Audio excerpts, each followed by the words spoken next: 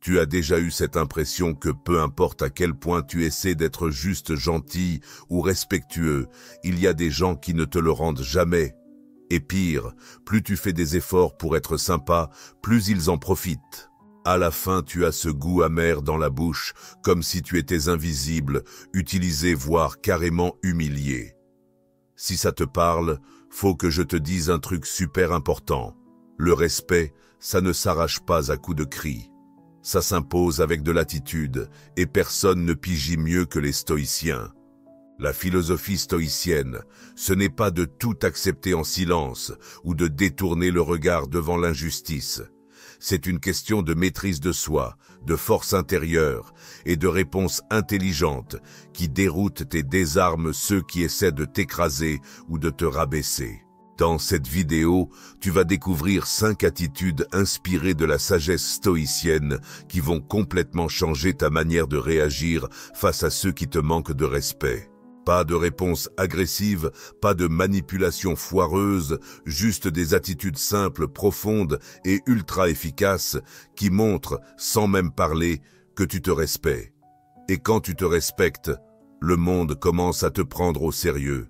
Tu vas apprendre à te concentrer sur ce que tu contrôles et à lâcher prise sur ce qui ne vaut pas ton énergie.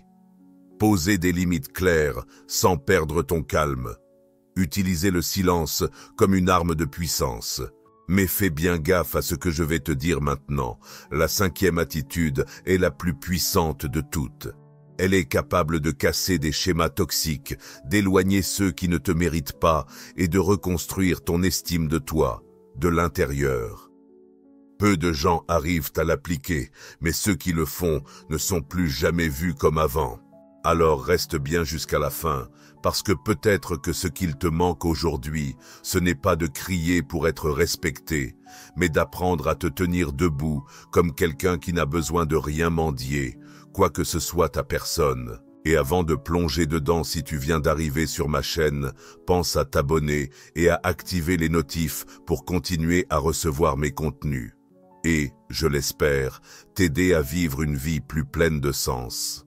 On commence par une petite histoire qui va t'aider à mieux comprendre la sagesse qu'il y a derrière tout ce qu'on va voir ensemble ici. Ce lundi matin gris, Luc savait déjà ce qui l'attendait. Le même bureau, les mêmes tâches répétitives, les regards indifférents de certains collègues et bien sûr, le ton sec du patron qui persistait à le traiter comme s'il n'existait pas. Pendant longtemps, il avait tout encaissé sans broncher. Il essayait de rester poli, d'être sympa, de faire plaisir, mais au fond de lui, il sentait bien que personne ne le prenait vraiment au sérieux. Mais quelque chose avait changé. La semaine précédente, Luc était tombé sur une vieille philosophie, puissante et silencieuse, le stoïsme. Et c'est là dans le silence qu'il avait décidé qu'il ne mendierait plus le respect. Il allait l'inspirer sans hausser le ton. Dès le premier jour de sa transformation, pendant une réunion, son patron l'avait interrompu en pleine phrase. Avant, Luc aurait répondu du tac au tac. Mais à ce moment-là, il se souvenait d'Épictète qui disait que ce ne sont pas les événements qui nous troublent, mais notre manière d'y réagir. Il prit une grande inspiration, resta calme, nota ce qu'il devait et poursuivit sereinement. Cette réaction inattendue de tranquillité avait surpris tout le monde dans la salle. Pour la première fois, son absence de réaction avait plus de poids que n'importe quelle réponse. Dans les jours suivants, il commença à faire un truc qu'il n'avait jamais osé, poser des limites. Il arrêta d'accepter des tâches en dehors des horaires. Il apprit à dire non poliment, mais fermement. Quand un collègue essaya de lui refourguer un boulot qui n'était pas le sien, Luc répondit simplement « Désolé, je ne peux pas prendre ça en charge maintenant ». Il se rappelait d'une phrase attribuée à Marc Aurèle « Tu deviens ce que tu tolères ». Et lui, il avait décidé de ne plus tolérer ce qui le rabaissait. Un autre jour, à la machine à café, un collègue se moqua de son sérieux. La provocation était évidente.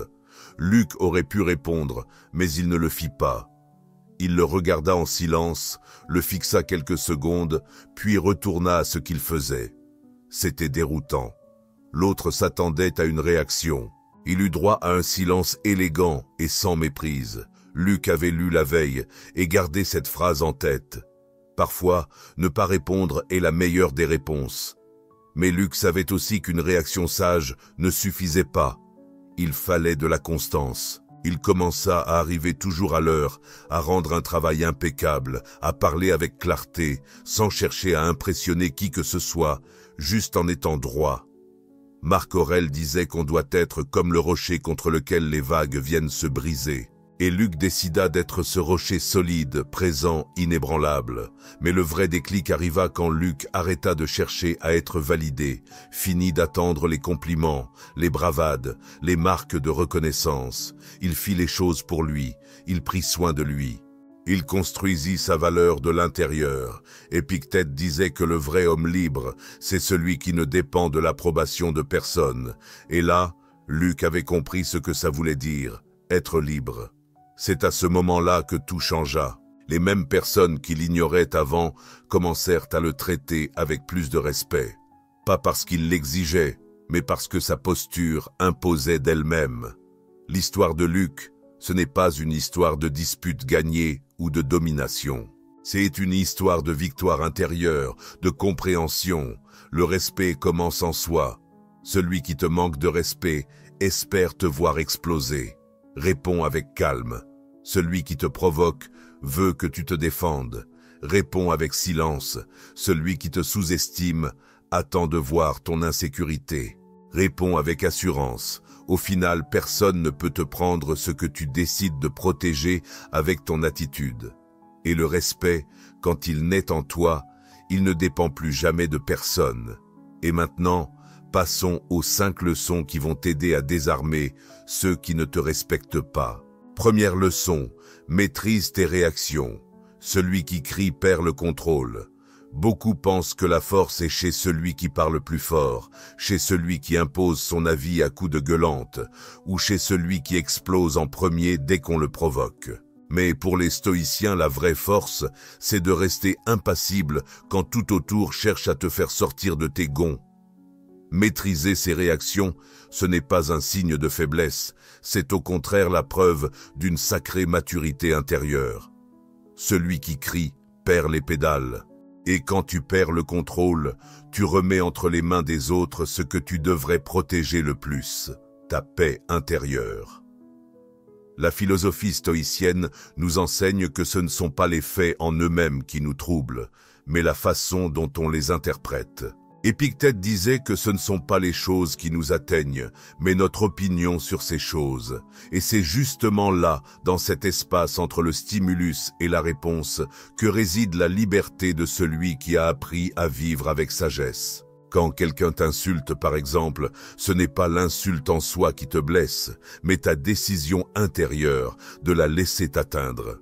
Une remarque méchante n'a de pouvoir que si elle trouve une faille dans ton ego.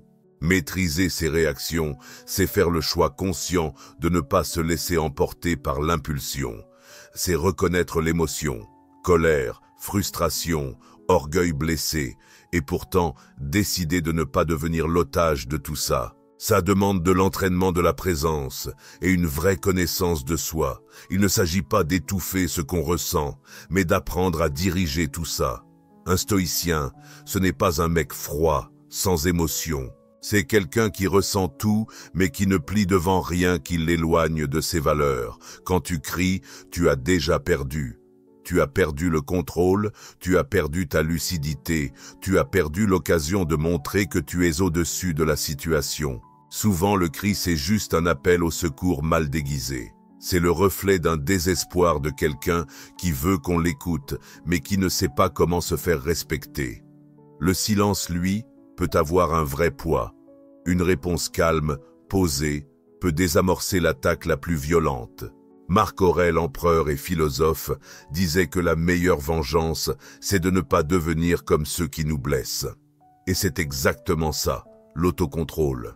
C'est la manière la plus classe de se protéger de la médiocrité des autres. Dans la pratique, maîtriser ses réactions, c'est apprendre à respirer avant d'agir. C'est prendre une pause entre ce qui se passe et ce que tu choisis d'en faire. C'est observer avec honnêteté, voir ce qui t'irrite et, malgré ça, répondre avec sagesse. C'est garder ton calme quand on te cherche, rester gentil même quand ce n'est pas facile, rester entier alors que tout semble vouloir te faire voler en éclats.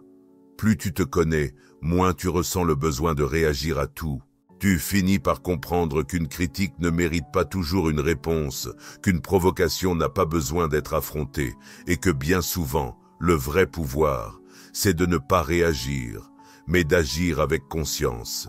C'est ça qui fait la différence, c'est ça qui te rend plus fort. Maîtriser ses réactions, ce n'est pas écraser les autres, c'est se dépasser soi-même, c'est devenir cette personne qui, même au cœur de la tempête, reste centrée. Et dans un monde à vif comme le nôtre, c'est une forme de liberté rare et sacrément puissante. Deuxième leçon, pose des limites silencieuses. Toutes les limites n'ont pas besoin d'être annoncées à haute voix. Bien souvent, les plus puissantes sont celles que tu poses avec tes actes, tes choix. Cette fermeté tranquille de quelqu'un qui connaît sa propre valeur. La philosophie stoïenne nous enseigne qu'on n'a pas besoin de convaincre qui que ce soit. Il suffit simplement d'être cohérent avec ce qu'on croit profondément. Et quand c'est le cas, le respect vient naturellement. Poser des limites silencieuses, ce n'est pas une question d'orgueil, mais de connaissance de soi. C'est comprendre vraiment où se termine ce qui t'appartient et où commence ce qui ne te concerne plus. C'est refuser de porter les fardeaux émotionnels des autres, les attentes injustes ou les relations bancales. Marc Aurèle disait que c'est une perte de temps de souffrir à cause du comportement des autres, car on ne peut pas le contrôler. Ce qu'on peut contrôler, c'est la façon dont on réagit, l'espace qu'on accorde et les limites qu'on fixe. Pas besoin de crier pour être entendu. Quand tu connais ta dignité, elle parle d'elle-même. Le silence de celui qui se respecte résonne souvent plus fort que n'importe quel discours. Quand tu arrêtes de répondre aux provocations, quand tu refuses les invitations aux conflits inutiles, quand tu choisis de t'éloigner des lieux où tu dois toujours te justifier, ce silence devient une limite. Un message clair. Ici, dans cet espace intérieur, on ne rentre pas avec les pieds sales. La vraie difficulté, c'est de maintenir ces limites parce qu'à l'extérieur, le monde va les tester. Des gens vont essayer de les franchir, parfois subtilement, parfois de façon très directe. Ils vont te traiter de froid, tenter de te manipuler avec de la culpabilité, de l'affection tordue, des promesses en l'air. Et c'est là que la philosophie stoïcienne devient précieuse. Elle te rappelle que tu n'es pas responsable des émotions que les autres projettent sur toi. Tu es responsable de rester fidèle à tes valeurs, même si ça dérange. Les limites silencieuses, c'est comme des barrières invisibles construites avec du respect de soi. Tu n'as pas besoin de te justifier pour t'éloigner de ce qui te fait du mal. Pas besoin d'expliquer pourquoi tu ne réponds pas aux appels à des heures déplacées, pourquoi tu ignores les messages de ceux qui ne te cherchent que quand ils ont besoin de toi. Ou pourquoi tu déclines les invitations qui te mettent mal à l'aise. La vie est bien trop courte pour être vécue selon les envies des autres. Le stoïcien sait que son énergie est limitée et qu'il doit l'utiliser intelligemment. Il ne perd pas son temps à vouloir changer les autres, mais veille à ne pas se perdre lui-même en chemin. Poser des limites silencieuses au fond, c'est un acte d'amour-propre, un rappel quotidien que ta paix intérieure vaut plus que l'approbation des autres, que ton intégrité est plus précieuse que le confort d'être accepté partout. Et au bout du compte, ceux qui te respectent vraiment ne te demanderont jamais de dépasser tes limites pour leur prouver quoi que ce soit. Au contraire, ces personnes reconnaîtront dans ton silence une force rare. Elles comprendront que tu ne t'éloignes pas par froideur, mais par équilibre, que tu ne dis pas non par méchanceté, mais par respect mutuel, et qu'il y a quelque chose de profondément noble chez quelqu'un qui n'a pas besoin de mots pour faire comprendre jusqu'où il accepte qu'on l'approche. Troisième leçon, utilise le silence comme bouclier. Le silence, ce n'est pas toujours de l'absence. Parfois, c'est une présence totale, c'est un choix conscient. Ne pas entrer dans des conflits inutiles, ne pas répondre aux provocations, ne pas rabaisser sa dignité en répondant à ce qui ne mérite même pas une réponse. Dans la vision stoïcienne, le silence n'est pas de la lâcheté. C'est une stratégie, un bouclier, une manière de préserver son âme de ceux qui cherchent à la tirer vers le chaos. Sénèque disait qu'une partie de la sagesse, c'est de savoir ce qu'il faut ignorer. Et ignorer, ça demande souvent plus de force que de réagir. On vit dans un monde qui attend des réponses à tout, où le silence est perçu comme de la faiblesse, du mépris, de l'indifférence. Mais ceux qui connaissent le silence de l'intérieur savent qu'il peut être la forme la plus noble de résistance. Quand tu choisis de ne pas répondre, tu ne t'effaces pas, tu économises ton énergie, tu protèges ta tranquillité d'esprit et tu refuses de donner du pouvoir à ce qui n'en a pas. La philosophie stoïcienne nous invite à réfléchir à ce qui est vraiment sous notre contrôle. Et ce que les gens disent, pensent ou attendent de nous, ça ne l'est clairement pas. Répondre à chaque remarque blessante, se justifier tout le temps, expliquer chacun de ses choix. Tout ça te fait tomber dans une vie réactive, fatigante, pleine d'angoisse. Le silence, lui, c'est un terrain de paix où tu avances avec assurance, sans précipitation et sans devoir prouver quoi que ce soit à qui que ce soit. Le silence, quand il vient de l'intérieur, dégage de l'autorité. Il montre que tu n'as pas besoin d'être validé, que tu n'as pas besoin du dernier mot, que tu ne te laisses pas atteindre par la première pique venue. C'est dans ce calme maîtrisé que naît le vrai pouvoir. Le stoïcien ne se tait pas par peur, il se tait parce qu'il sait que tout ne mérite pas son attention, et souvent, ceux qui parlent trop finissent donc par trop en dire, se dévoilent inutilement, se perdent dans des débats qui ne font qu'alimenter le désordre. Utiliser le silence comme bouclier, ce n'est pas fuir la vérité ou éviter les discussions. C'est choisir avec sagesse quand parler, quoi dire et surtout quand se taire. C'est comprendre qu'il y a des bruits qui ne s'éteignent qu'en l'absence de réponse, qu'il y a des insultes qui meurent d'elles-mêmes quand elles ne trouvent aucun écho, qu'il y a des gens qui ne cherchent qu'une réaction et que ne pas la leur offrir, c'est leur retirer tout pouvoir. Quand tu pratiques le silence avec conscience, tu commences à mieux écouter. Et en écoutant, plus tu comprends mieux les vraies intentions derrière les mots, tu observes davantage, tu analyses avec calme, tu remarques des choses qui t'échappaient avant. Et dans cet état de présence silencieuse, tu gagnes en force, tu deviens moins manipulable, moins fragile, moins impulsif. Au fond, utiliser le silence comme bouclier, c'est protéger ta paix intérieure. C'est te rappeler que ça ne vaut pas la peine de s'épuiser pour ceux qui ne méritent même pas ton énergie, que le vrai respect naît bien souvent de ta capacité à rester impassible, et qu'il y a plus de puissance dans un silence solide que dans 1000 arguments vides. 4e leçon, sois ferme comme un rocher dans un monde où tout change tout le temps, où les opinions fluctuent avec le vent et où les gens semblent se mouler pour plaire.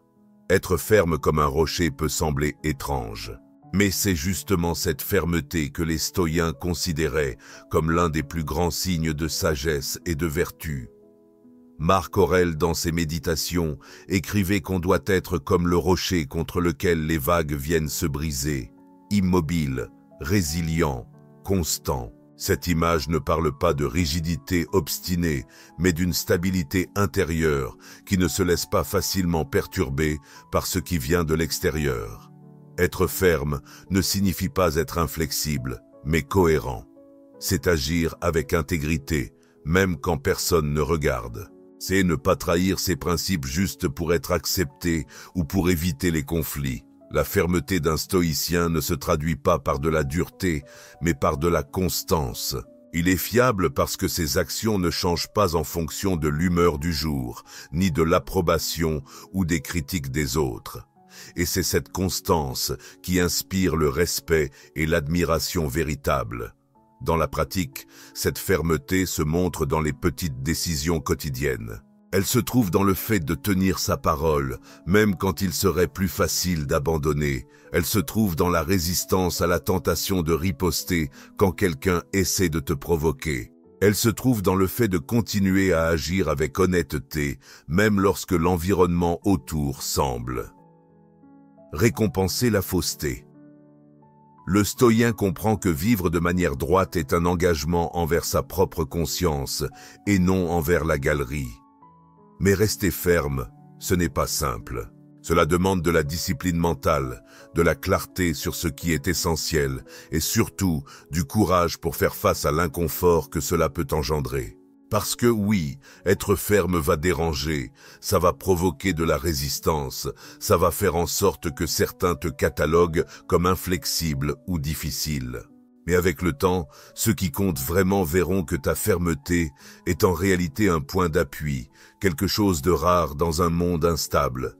La fermeté, c'est aussi ce qui te garde debout face aux adversités. Quand tout semble s'effondrer autour de toi, quand les plans échouent, quand les gens te déçoivent, c'est cette structure intérieure, construite au fil du temps, qui t'empêche de t'effondrer avec tout ça.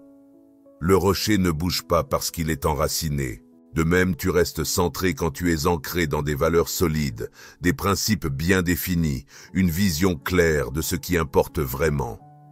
Être ferme comme un rocher est donc un engagement envers ta propre liberté. Parce que plus tu dépends des opinions des autres, plus tu deviens fragile.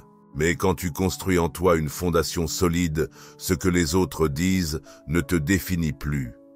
Ce qui se passe à l'extérieur ne te déstabilise plus et tu commences à vivre plus léger, précisément parce que tu ne te plies pas à chaque vent passager. Au final, être ferme, ce n'est pas être inatteignable, c'est simplement ne pas permettre à ce qui est extérieur de détruire ce qu'il y a de plus précieux en toi. C'est rester entier, même quand tout autour de toi tente de te fragmenter. Et cela, dans la vision des stoïciens, n'est pas seulement une vertu, c'est un mode de vie. 5e et dernière leçon, retire ta valeur de l'approbation des autres.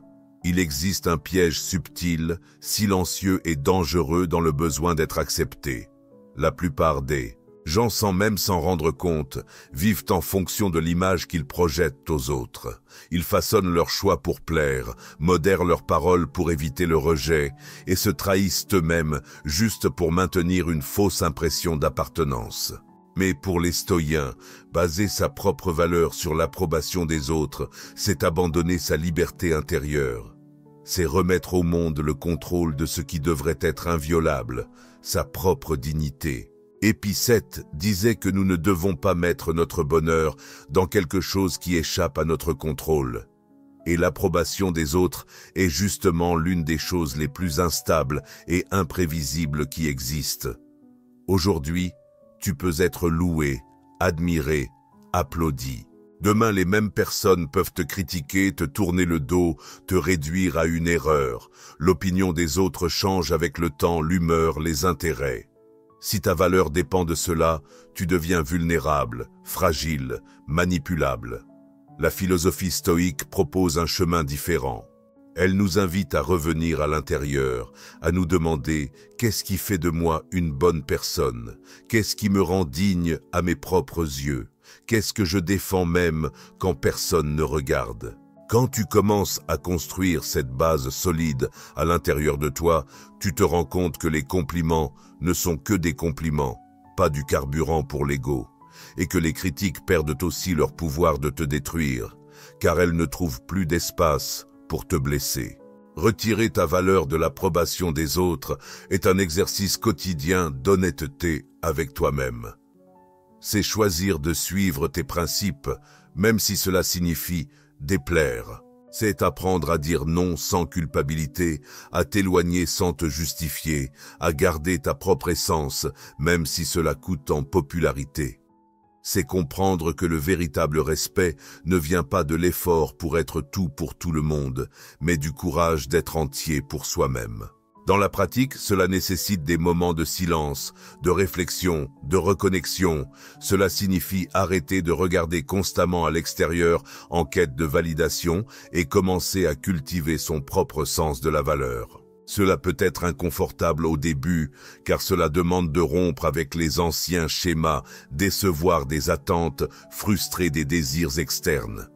Mais avec le temps, cela apporte de la légèreté, cela apporte de l'autonomie, cela apporte une paix qui ne dépend de l'opinion de personne. Marc Aurèle écrivait que la meilleure façon de se protéger est de devenir le maître de soi-même. Et cela commence lorsque tu comprends que ton identité ne dépend pas des autres. Quand tu n'as plus besoin d'applaudissements pour te sentir confiant, ni de validation pour avancer. Quand tu comprends que ce qui compte vraiment, c'est de vivre selon la raison, la vertu et ce que ta conscience approuve. Au final, celui qui retire sa valeur de l'approbation des autres reste toujours agité. Mais celui qui l'a construit à l'intérieur de lui vit avec fermeté parce qu'il sait que ce n'est pas ce que les autres disent qui le définit, mais ce qu'il est même dans le silence, même dans la solitude, même sans témoin. Si tu es arrivé jusqu'ici, je tiens à te féliciter. Sincèrement, peu de gens s'engagent à aller jusqu'au bout en réfléchissant, en absorbant et en cherchant la sagesse pour vraiment améliorer leur vie. Cela te place déjà sur un chemin différent, plus conscient, plus ferme et plus vrai. Chaque leçon que tu as entendue ici n'est pas juste une jolie théorie, c'est une invitation à la transformation, un appel silencieux pour que tu prennes en main ta vie avec sagesse et courage. Si quelque chose qui a été dit ici t'a touché, t'a fait réfléchir ou t'a rappelé une situation, partage-le avec moi dans les commentaires. Je lis tout avec attention.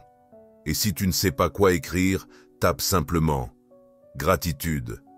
Ainsi, je saurai que tu as été avec moi jusqu'à la fin. Et bien sûr, si ce contenu t'a parlé, abonne-toi à la chaîne. Ici, on parle de la vie en profondeur, calmement et avec un but, toujours avec la sagesse stoïenne comme base. Et pour t'aider à continuer ce voyage, je vais laisser ici à l'écran 2 autres vidéos avec des enseignements stoïens qui peuvent faire toute la différence dans tes prochains pas. On se retrouve dans la prochaine vidéo. Prends soin de toi et sois ferme comme un véritable stoïcien.